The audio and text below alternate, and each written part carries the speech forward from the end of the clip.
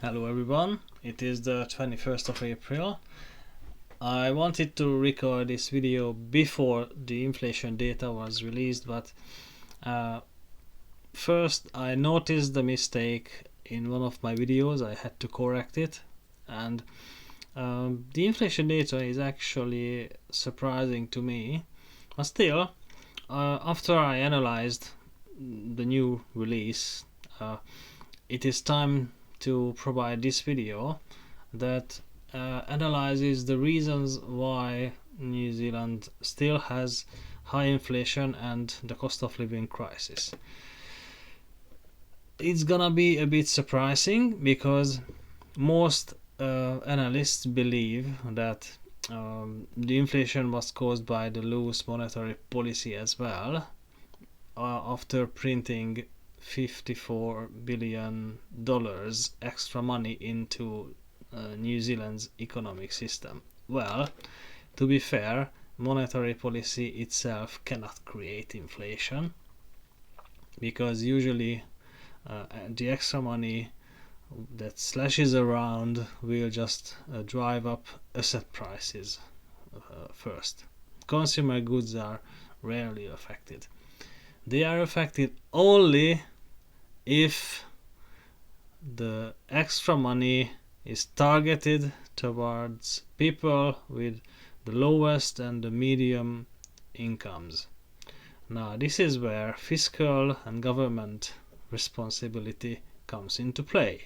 So you might figure it's gonna be connected to the government's policies. And yeah, I think there are three main economic high crimes what this government committed, and these were rarely reported. Now let's see which are these.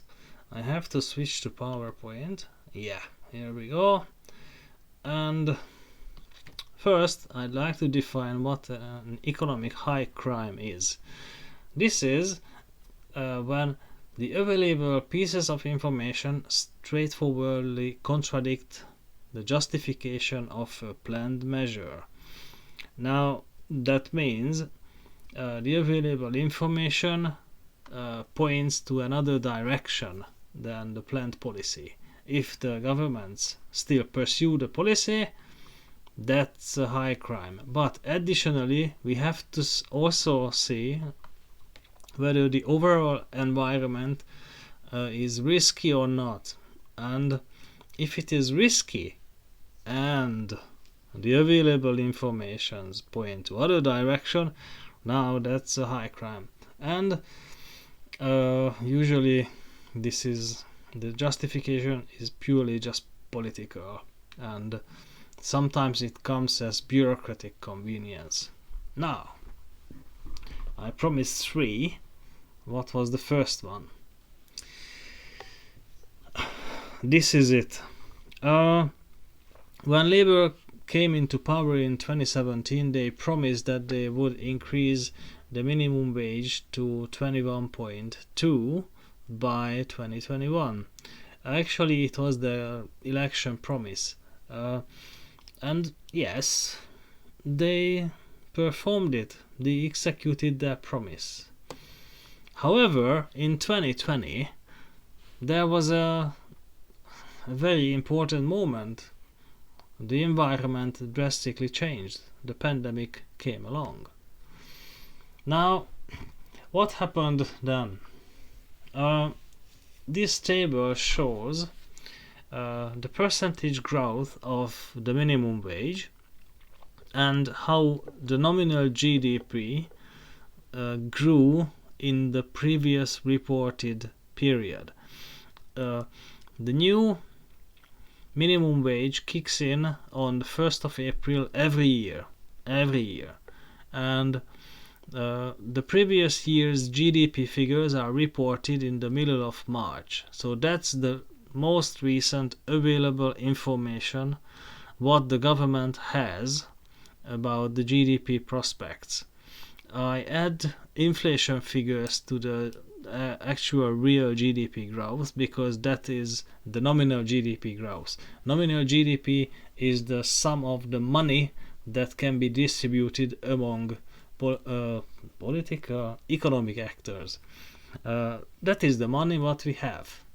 And if the minimum wage increases more than the nominal GDP, that means that income redistribution is happening, and this prefers the lower income workers, lower income employees.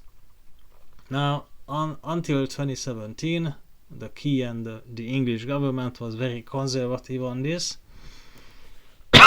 and they did not increase the minimum wage by the nominal GDP growth. And in 2018, the increase gap was minimal, so practically labor started to increase the minimum wage rapidly. And in 2019, they already had a more significant increase than the nominal GDP growth was, and they stick to their policy in 2020. Now, that is quite a large increase gap.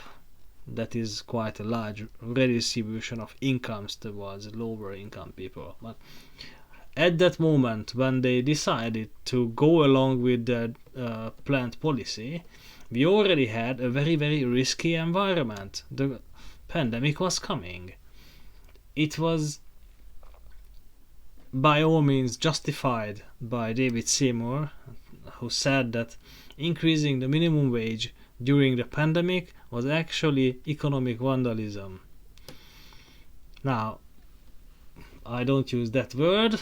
I use economic high crime because that describes it much better.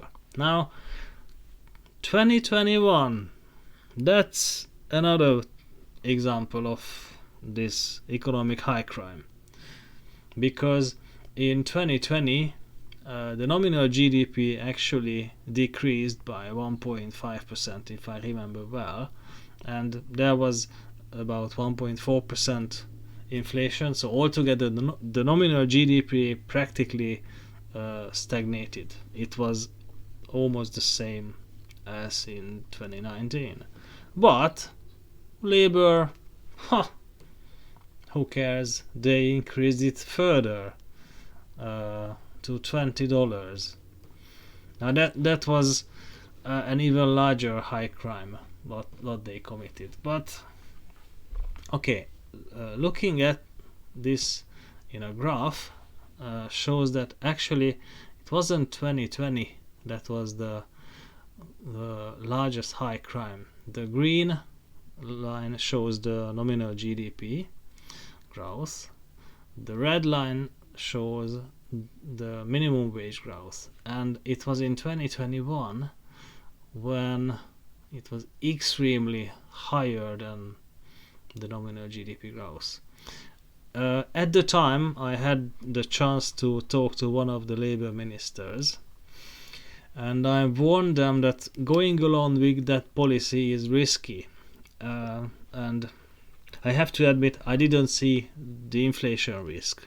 What I saw was a reduction of employment, unemployment rising. That's what I believed would happen. Yes, I was also fooled by the environment, the liquidity trap environment that was present already after 2010 or the global financial crisis in 2008. But I saw risks, but not the inflation. At least, and at least I did my best to warn one of the ministers. I can tell, it was David Clark. Yeah, so no more comment. Okay, what was the second high crime? The main subsidies during the pandemic. Actually, not the fact that there were subsidies, wage subsidy and various subsidies towards corporates. It was the way how they were distributed, because they were designed so enterprises can remain. If we have to shut down an enterprise and build up a new one, that is very costly. But if we can leave the existing enterprises at play and give them subsidies to survive, that's a cheaper method. However, and here that was the labor market continuity principle. I could have the chance to talk to one of the Treasury's chief economist, Tim Ing, and he described that it was a very strong principle within the Treasury then. But how these subsidies were given or granted, just to quote the actual Minister of Finance. Now that was the problem, because practically there were only minimal requirements to apply for them and receive it. It was okay. I understand up to a point that there was no capacity for a sophisticated grant requirement system. What I mean is, if an employee loses the job, before he or she can receive any job seeker support, Work and Income New Zealand pursues a very strict income test and means test. They test how much money the person has, and they pay them the job seeker subsidy, job seeker support, only if there is no income and the partner of this person doesn't earn at all, so he or she lives alone. And actually it's very sophisticated and very strict. It is difficult to receive for a start if someone has savings as well. Now, in terms of the wage subsidy and other subsidies like the resurgence support payments, these were just minimal.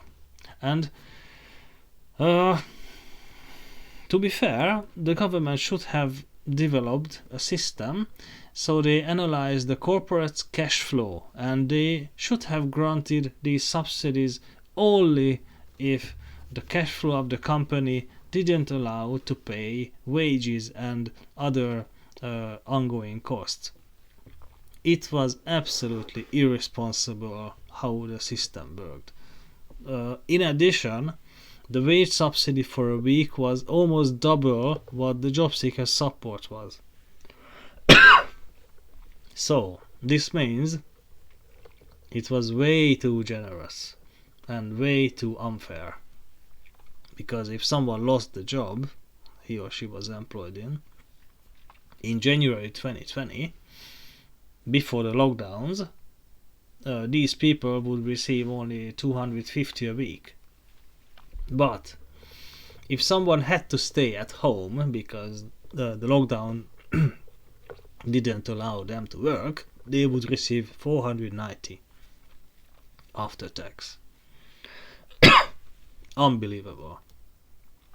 And I can also tell that in 2022, when the Omicron wave hit, actually I got COVID too. And in my own example, I had to isolate for 7 days.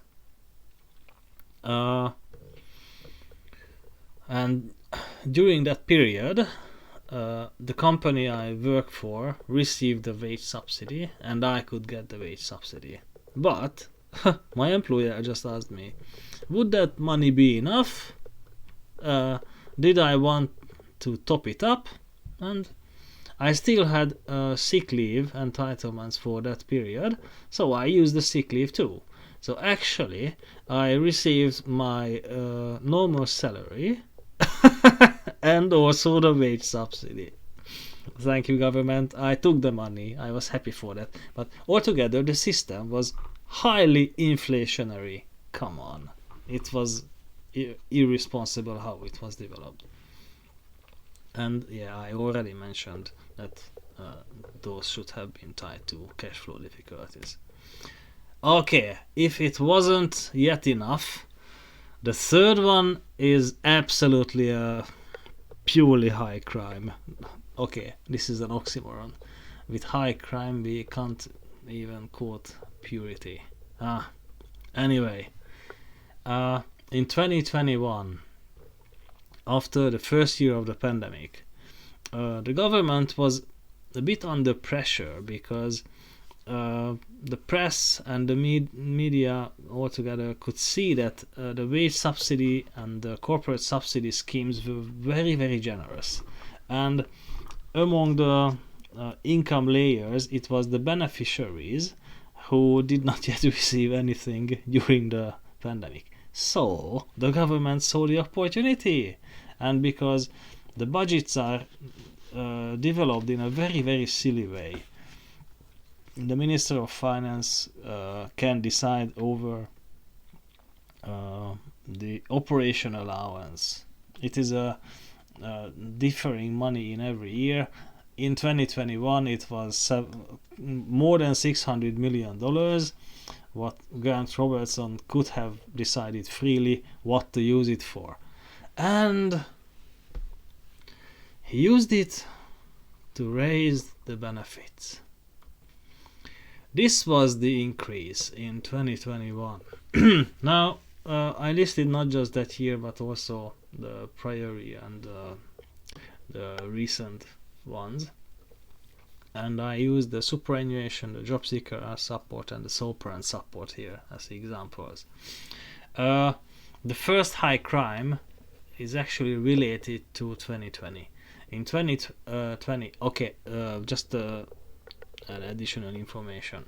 The Welfare Expert Advisory Group released their reports in February 2019, and they recommended significant increases to the benefits. Now, it was okay for the government to consider those increases, but the first step of this huge increase occurred in 2020. 14.5% increase of the job seeker support in 2020. Come on. And the sole parent support was increased too by 10.4%. Exactly when the pandemic was coming. Now that was already a crime, but the main crime occurred later, because in the budget 2021, what you can see as increases for the 2021 year is actually the increases on the 1st of April. Benefits are indexed and increased on the 1st of April every year. And the budget was decided later in May. And from July 2021, the first $25 of the next year's increases were already paid. So actually the 6% increase of the superannuation was partially paid already in 2021. And another chunk of the increase occurred in 2022. So what you see in the table is the figures from April the 1st, 2022. And altogether, in that year, in 2021 and 2022, the government increased the job seeker support by 21.9% and the sole parent support by 40%. Now, this 21.9%, come on, this is the lowest income people, and they will certainly spend that money on groceries and the basic living items. So they will likely spend it, not save it up. And this created probably the largest inflationary pressure in New Zealand. When? In 2021, in the middle of the bloody pandemic. Come on, the uncertainties were strong. Okay, because inflation pushed wages higher and the tax brackets did not change, the government could steal it by inflation, steal larger tax revenue, and that allowed the benefits to rise in 2021, 2022. But altogether, we can ask ourselves, could the government choose a worse time to establish the recommendations of the Welfare Expert Advisory Group to increase the benefits this significantly than the middle of the pandemic? Could they have chosen a worse time? You tell me.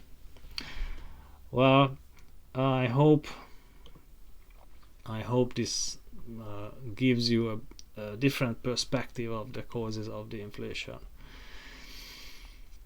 My pick for the future is that the wage price spiral and the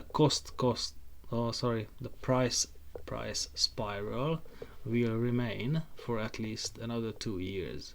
So inflation is not coming down to the 3% level before 2025. We should still need somebody who has an economics degree to become Minister of Finance. Please tell me if you want me to become that one. Of course, I'm joking. See you in the next one.